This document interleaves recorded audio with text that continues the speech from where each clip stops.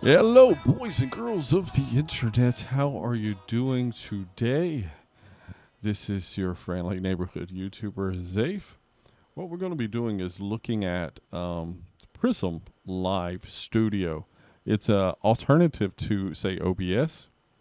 Um, in some ways, it's kind of more modernized OBS, and in some ways, it's lacking. So I want to go over a few things that I find really neat. I'll go over like this setup I did really quick the other day for a stream, and then I will tell you one of the major flaws that I found in this system that drive me absolutely crazy. So let's jump into it, shall we? First of all, as you see, it has a timer here. Now this timer is built in completely. What you got to do is you can have it set its name starting. We can change this. We can go ahead and hit cancel, hit start, and it's at reset it to 15 minutes. So if you want a countdown timer on your before your stream, boom, you got it. You got it. Very simple, very easy. Super, super simple. So let's say if you want to have some music playing in your stream, you can do that as well. Set up some non-copyrighted music, and goes really well on the stream. And I like how it has like you can set it up so it shows the album art and the song name, the artist, and the audio here. Let's see, that audio is probably here, right? No, it's not there. I set this up kind of fast, so some of the things are a bit wild and wacky. Um, in different places. Okay, that audio visualize right here. That's what that is. And we could go in here and we could change that if we wanted to. Um, you can change the style and everything to it. And then you can run it through a filter if you wanted and even change the colors and such. Then there's detail settings. Actually, you can do the colors in here as well. So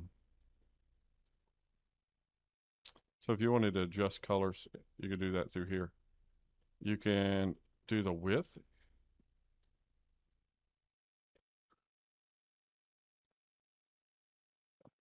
I didn't even play with this that much. You could do like completely change the height and everything as well, and the count. So if we wanted to,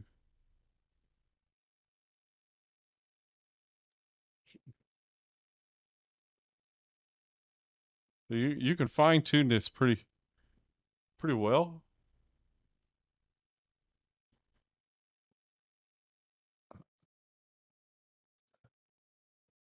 There's just a lot of things that you can actually do with this.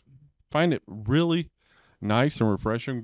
That you have a countdown timer in there without having to deal with some plug-in before. What I was using for a countdown timer was com- like a text-based plug-in that was controlled completely outside of OBS. So this whole countdown timer like that is very simplistic to set up. Man, it just makes things very easy for anyone, especially that's just getting started. Wonderful thing. Now, over here you can see the chat system. Now you can have Twitch, YouTube, Facebook, and you can have all three chats on your screen if you wanted to stream to all three platforms.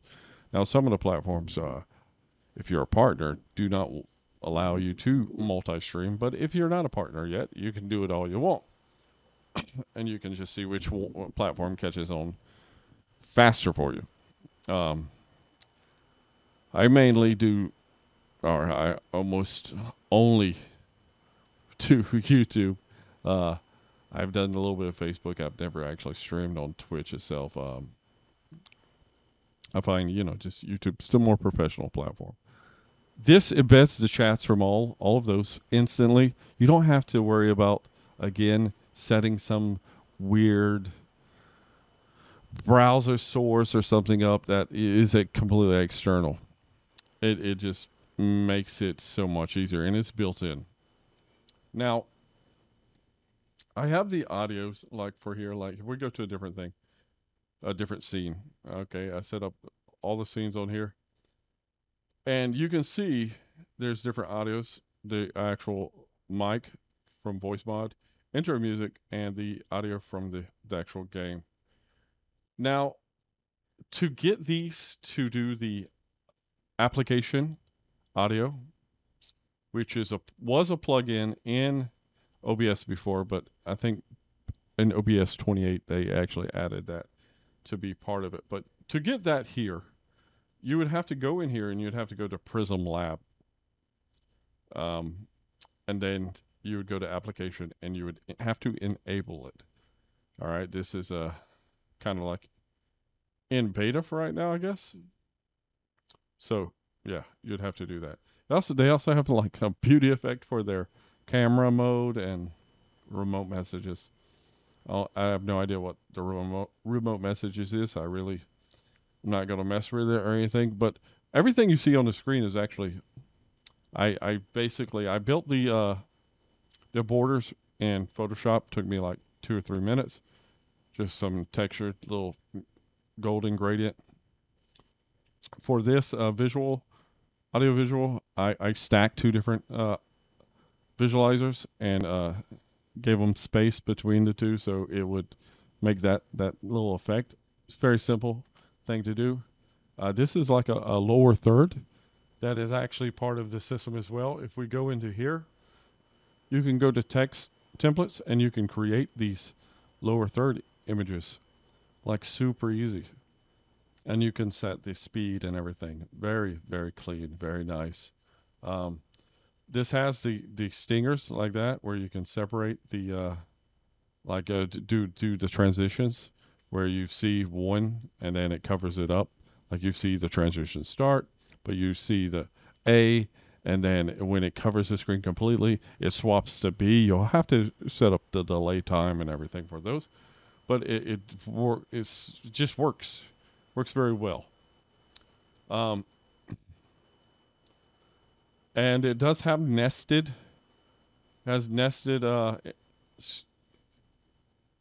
scenes, so you can like on here. This is using the scene here from this nested scene to this, and from here as well, and it again it just works. It works out. So different scenes you can set up all your scenes and everything. I didn't set up an ending scene, but it took me roughly 30 minutes to an hour to set up almost all of this. It was very fast. It's very easy. It simplifies OBS. OBS, when you first start with OBS, I would say OBS is kind of confusing to someone that doesn't know anything about it. And this starts you off with so many little silly things that people like, stickers and stuff like this. Like this is a sticker here that I just grabbed from their sticker category and just placed behind it with a little opacity and such. And I mean, it just, it's something simple just thrown in there.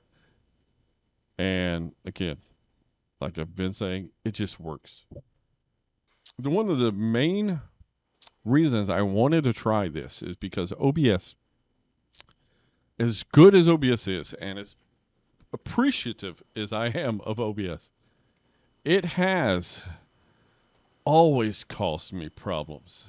Crashes, blue screens of death crashes, not recording when I push the record button, hanging in my back end processes and just eating up memory and using power to for no reason, CPU and such. It is just sitting in the background, just continually running after you close it. All these problems with OBS that have still not been fixed, basically. Uh, so I wanted to try Prism Live mainly because of that. Now, to get to the one huge, huge flaw in this, and maybe I'm missing a button somewhere, or maybe there's a different set of hotkeys or something for it. And I can't believe this developer of this system would miss this very basic, very, very basic thing. But let me go ahead and show you what it is. So I'm going to turn this back on. I'm going to make a copy of this. Okay. Let's just paste this. Control V. That's all I did. So I'm going to hide this one. Okay. So now we have this one. All right. Now, if I hit Control Z, as for Z, for undo, nothing. Control Alt Z, undo, nothing. It should put it back where I dragged it from, but nothing. If I go ahead and I delete this, are you sure you want to delete? Giveaway. Um, Control Z, nothing. Control Alt Z, nothing. Is there a undo anywhere on this? No. So if you're getting your thing set up and you accidentally delete the incorrect thing that maybe you've been tweaking with for 10, 15 minutes, you have to start completely over. And this is something that's a big deal breaker for somebody to jump into this platform. Now there's a settings tab here, and that is yeah.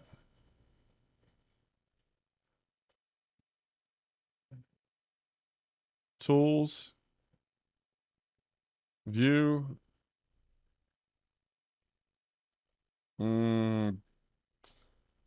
edit source, copy filters, audio, advanced audio properties.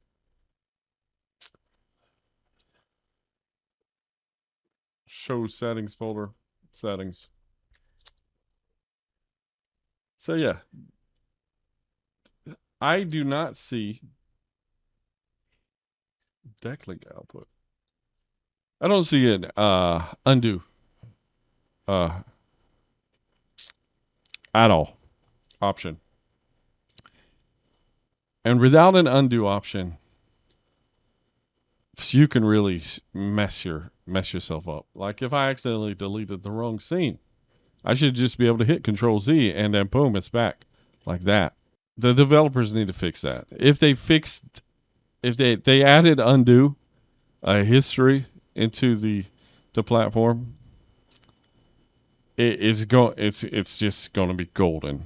Right now, I would say it's a 7 out of 10 for me. The product, if it had undo, it would definitely be an 8. All right. They keep tweaking it. They keep adding more features that people like would really be interested to, especially more animated features and everything. The text and everything is pretty cool, but we need a plethora of options for that. We need so many. We need to be able to have maybe an editor for that, motion editor to tweak it, create new templates and such, or maybe import some kind of like a template. You know, maybe there's maybe they make their template have a template editor for that, and it would be ooh, it would be miles ahead of OBS then. The only thing OBS has is the huge community that's been building onto it for years with the plugins and everything. That's but with the flaws that OBS has, like I said, with the crashes and everything, and the bugs, and I could see this going much farther if it keeps being developed and added onto it. More people give some attention. It could easily be a paid. I would, if it fixed those things and added like a lot more options to it, I would definitely do a monthly sub for it. It'd be worth it. It's a very clean, very professional looking. It just makes everything easier. That's my thoughts on PRISM Live Studio, guys. Let me know your thoughts in the description below if you used it. And if there is an undo option, then my apologies. Just let me know down below. Until next time, you guys stay safe. Let's have a bit